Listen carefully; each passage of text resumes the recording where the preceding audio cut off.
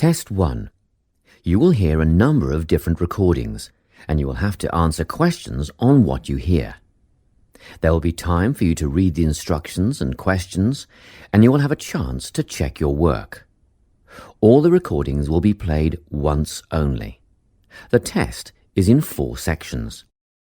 At the end of the test, you will be given 10 minutes to transfer your answers to an answer sheet.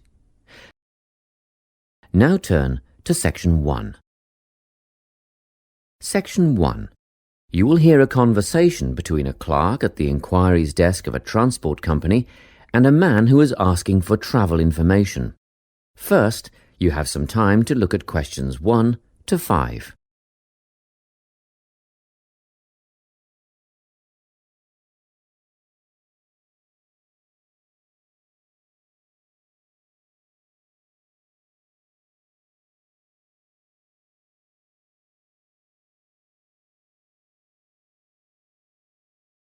You will see that there is an example that has been done for you.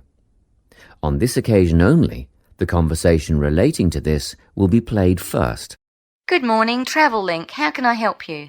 Good morning. I live in Bayswater and I'd like to get to Harbour City tomorrow before 11 a.m. Well, to get to Bayswater... No, I live in Bayswater. My destination is Harbour City. Oh, sorry, right. So that's Bayswater to Harbour City. Are you planning to travel by bus or train? The man wants to go to Harbour City, so Harbour City has been written in the space. Now we shall begin. You should answer the questions as you listen, because you will not hear the recording a second time. Listen carefully and answer questions 1 to 5. Good morning, Travel Link. How can I help you? Good morning. I live in Bayswater and I'd like to get to Harbour City tomorrow before 11 a.m. Well, to get to Bayswater... No, I live in Bayswater. My destination is Harbour City. Oh, sorry. Right, so that's Bayswater to Harbour City. Are you planning to travel by bus or train? I don't mind, really. Whichever option is faster, I suppose. Well, if you catch a railway express, that'll get you there in under an hour. Let's see. Yes, if you can make the 9:30 a.m. express, I'd recommend you do that. Great. Which station does that leave from? Helendale is the nearest train station to you. Did you say Helensvale? No, Helendale. That's Helendale. What's the best way to get to the Helendale station then? Well, hang on a minute while I look into that. Now, it seems to me that you have 2 options. Option 1 would be to take the 7:06 bus from the Bayswater Shopping Centre to Central Street. When you get there, you transfer to another bus which will take you to the station. Or the second option, if you don't mind walking a couple of kilometres, is to go directly to Central Street and get straight on the bus going to the train station. OK, which bus is that? The 792 will take you to the station. I guess the walk will be good for me, so that might be the better option. What time do I catch the 792? There are 2 buses that should get you to the station on time, one just before 9 o'clock and one just after. But look, at that time of the morning it might be better to take the earlier one, just in case there's a traffic jam or something. The 8:55 is probably safer than the 9:05. Yeah, I don't want to miss the train, so I'll be sure to get on the 5 to 9 bus. Before you hear the rest of the conversation, you have some time to look at questions 6 to 10.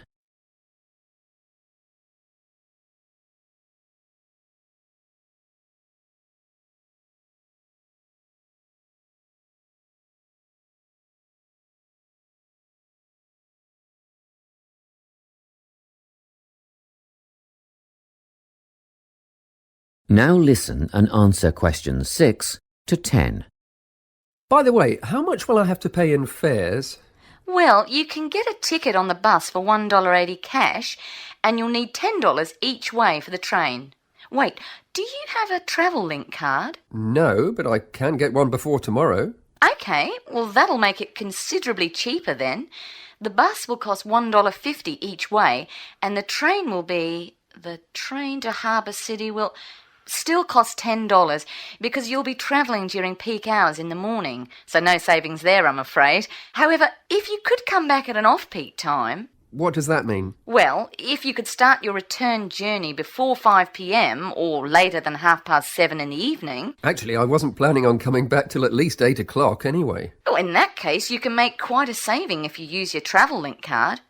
You did say you were planning to purchase one, didn't you? Yes, I'll pick one up later today. Good. That would mean your return train journey would only cost you $7.15 with your card. Thank you. Is there anything else I can help you with? Actually, there is. Do you know if I can use the travel link card on ferries? If you're thinking of the Harbour City ferries that go back and forth between the North and South Bank, those are the commuter ferries, then yes. A one-way trip costs $4.50, but with your card you'd make a 20% saving and only pay $3.55. So $3.55 for the commuter ferry. What about the tour boats? You mean the tourist ferries that go upriver on sightseeing tours? No, they only take cash or credit card. They're not part of the Travel Link company. Oh, I see.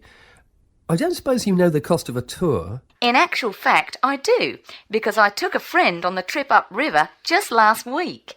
We decided on the afternoon tour, and that was $35 each, but I understand that you can do the whole day for $65. Thank you. You've been a great help. My pleasure. Enjoy your day out. That is the end of section 1. You now have half a minute to check your answers.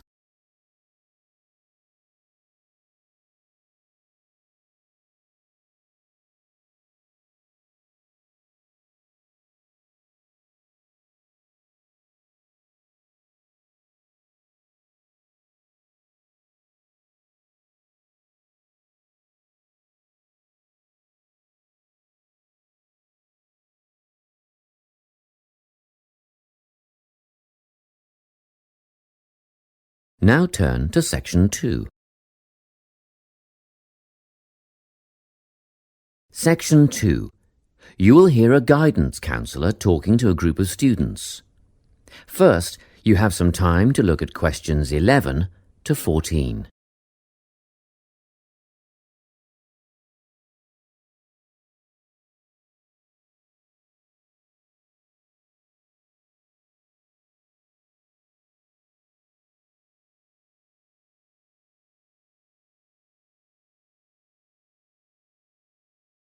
Listen carefully and answer questions 11 to 14.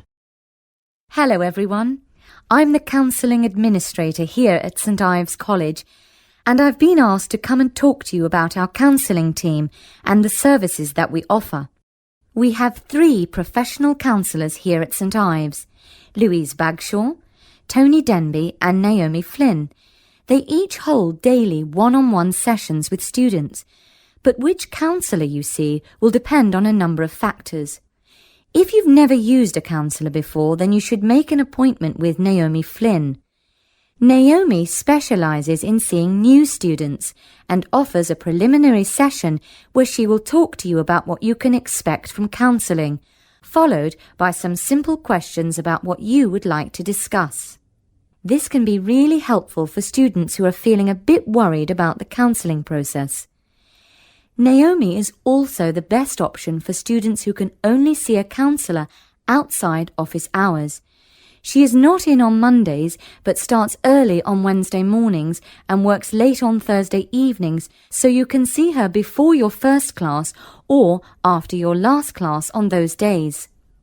Louise staffs our drop-in centre throughout the day. If you need to see someone without a prior appointment, then she is the one to visit. Please note that if you use this service, then Louise will either see you herself or place you with the next available counsellor. If you want to be sure to see the same counsellor on each visit, then we strongly recommend you make an appointment ahead of time. You can do this at reception during office hours or by using our online booking form. Tony is our newest addition to the counselling team.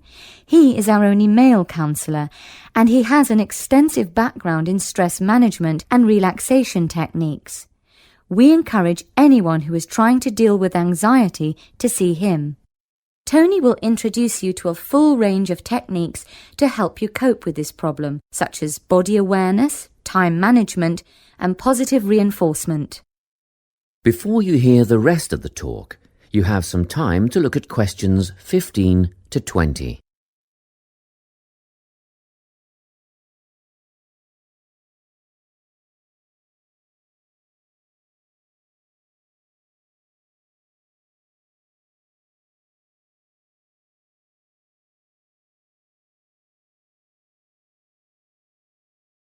Now listen and answer questions 15 to 20. Each semester, the counselling team runs a number of small group workshops. These last for 2 hours and are free to all enrolled students. Our first workshop is called Adjusting. We've found that tertiary education can come as a big shock for some people. After the structured learning environment of school, it is easy to feel lost. In this workshop, we will introduce you to what is necessary for academic success. As you might expect, we're targeting first-year students with this offering. Getting organised follows on from the first workshop. Here, we're going to help you break the habit of putting things off, get the most out of your time, and discover the right balance between academic and recreational activities. With Getting Organised, we're catering to a broader crowd, which includes all undergraduates and postgraduates. Next up is a workshop called Communicating. The way people interact here may be quite different to what you're used to, especially if you've come from abroad. We'll cover an area that many foreign students struggle with: how to talk with teachers and other staff. We'll cover all aspects of multicultural communication. International students tend to get a lot out of this class, so we particularly encourage you to come along.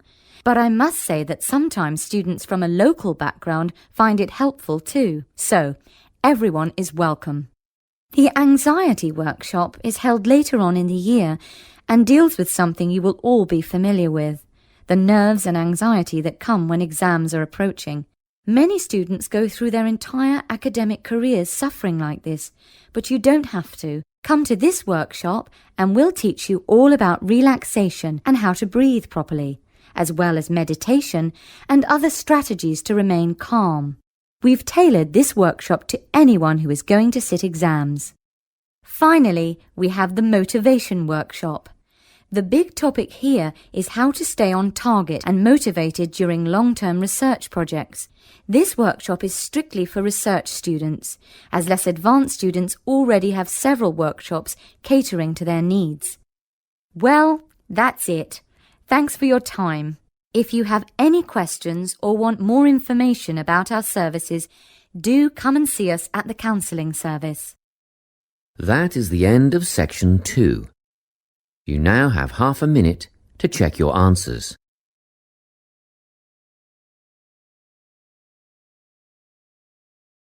Now turn to section 3. Section 3. You will hear a conversation between a tutor and 2 students who are preparing for an English literature test.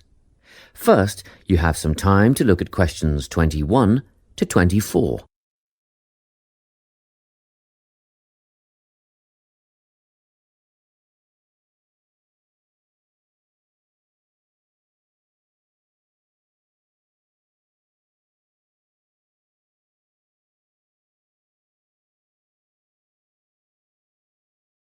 Listen carefully and answer questions 21 to 24. Hello, Lorna, Ian. Glad you could make it. You're the only 2 who put your names down for this literature tutorial, so let's get started, shall we? I want to run over some aspects of the novel The Secret Garden with you before the test next week. Be sure to take some notes and ask questions if you need to. Hey, Lorna, have you got a spare pen? Sure, here you are. OK, so the story follows 2 key characters. You should refer to them as protagonists, who go by the names of Mary Lennox and Colin Craven. The story is set shortly after the turn of the 20th century, and the narrative tracks the development of the protagonists as they learn to overcome their own personal troubles together. That's quite a common storyline, isn't it? Yes, you're right, Lorna. So what can you tell me about the character of Mary? Well, in the beginning, she is an angry, rude child who was orphaned after a cholera outbreak and forced to leave India and move to the United Kingdom to her uncle's house in Yorkshire. That's right.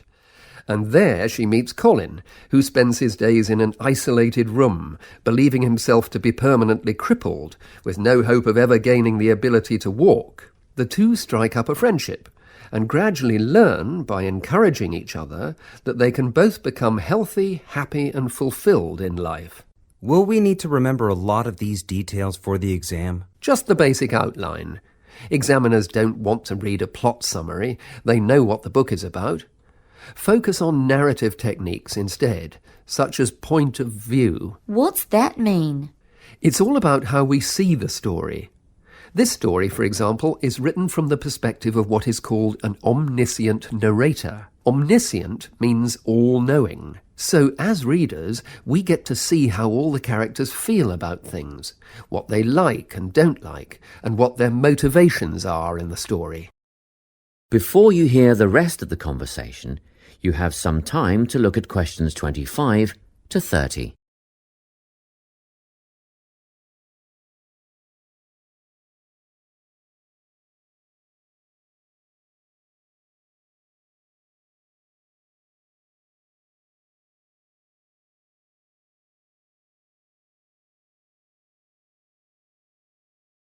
Now listen and answer questions 25 to 30. Won't it be hard to write a technical analysis? After all, it's a kid's book. Well, it was initially pitched at adults, you know. But over the years it has become seen as a more youth-orientated work. And you're right in a sense. The simple vocabulary and absence of foreshadowing make the story very easy to follow and ideally suited for children.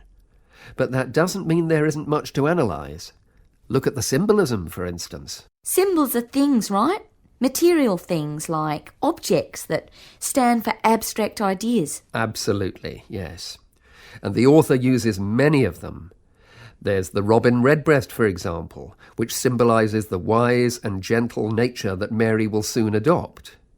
Note that the robin is described as not at all like the birds in India. Roses are used as well, as a personal symbol for Mistress Craven. You'll see they're always mentioned alongside her name, and Mistress Craven's portrait can also be interpreted as a symbol of her spirit. Are symbols just another name for motifs? No, motifs are a bit different. They don't have as direct a connection with something the way that a symbol does. Motifs are simply recurring elements of the story that support the mood. Are there any in this novel? Yes, two very important ones. The Garden of Eden is a motif. It comes up a few times in connection with the garden of the story. And then you've got the role that secrets play in the story. In the beginning, everything is steeped in secrecy, and slowly the characters share their secrets, and in the process move from darkness to lightness, metaphorically, but also, in the case of Colin, quite literally.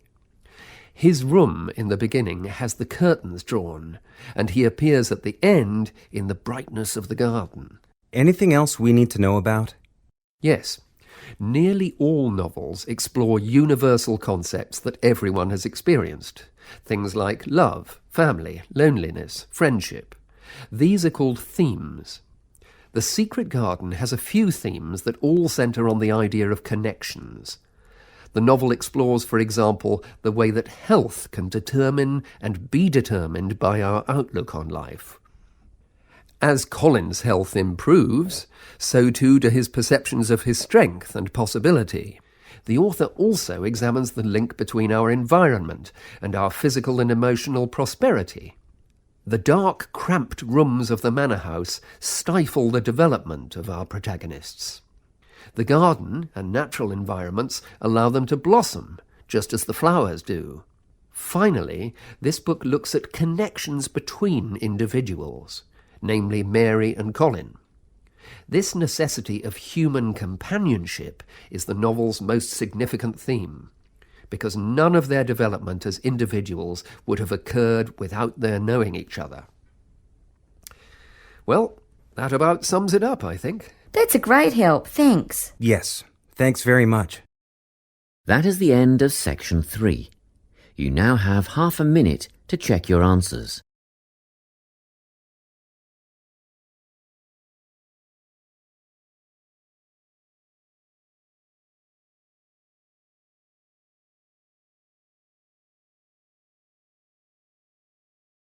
Now turn to section 4. Section 4. You will hear a talk on the topic of time perspectives. First, you have some time to look at questions 31 to 40.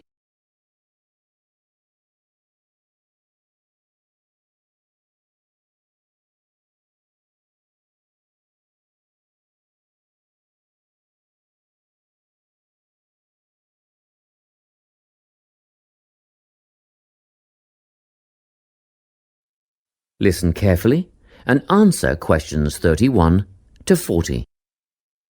Today, I'm going to be talking about time.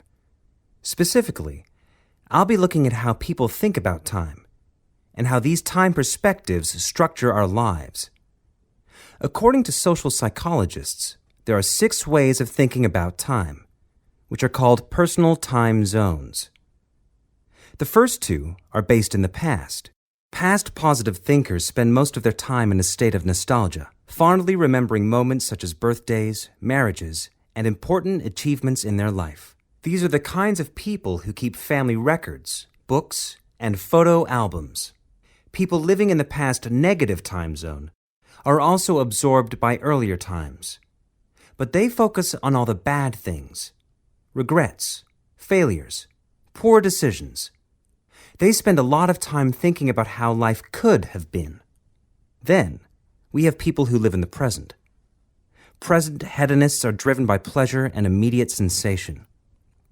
Their life motto is to have a good time and avoid pain. Present fatalists live in the moment too, but they believe this moment is the product of circumstances entirely beyond their control. It's their fate, whether it's poverty, religion, or society itself. Something stops these people from believing they can play a role in changing their outcomes in life. Life simply is, and that's that. Looking at the future time zone, we can see that people classified as future active are the planners and go-getters. They work rather than play and resist temptation. Decisions are made based on potential consequences, not on the experience itself.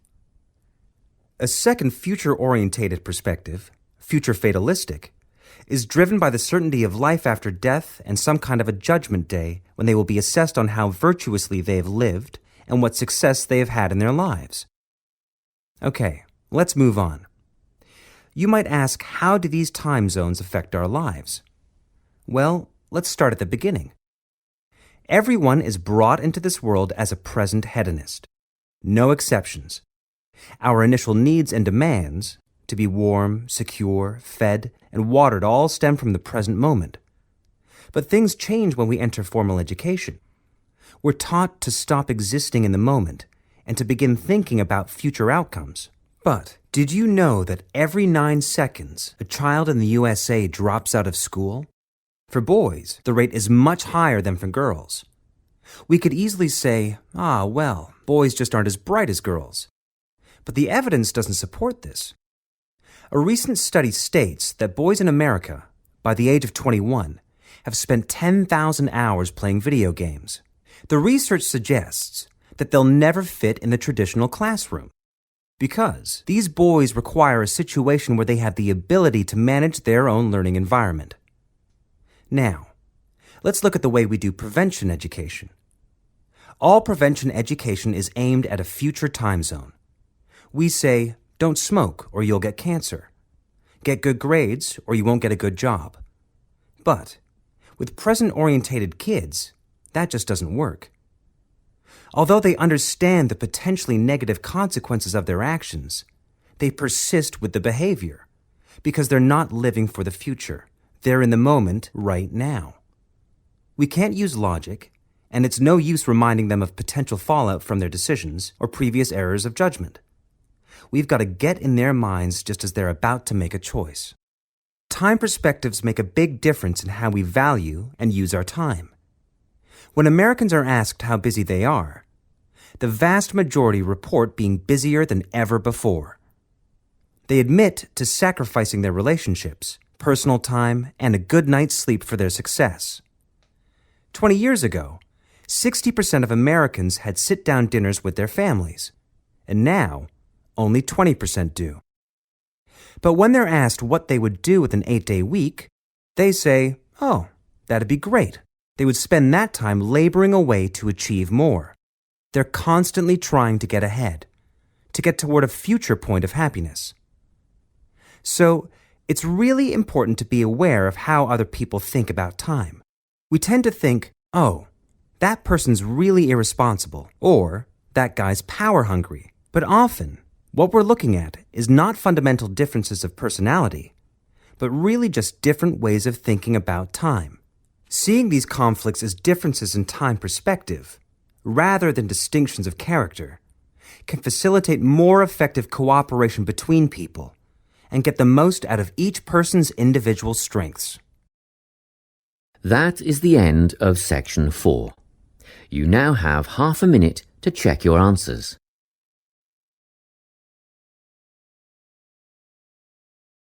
That is the end of the listening test.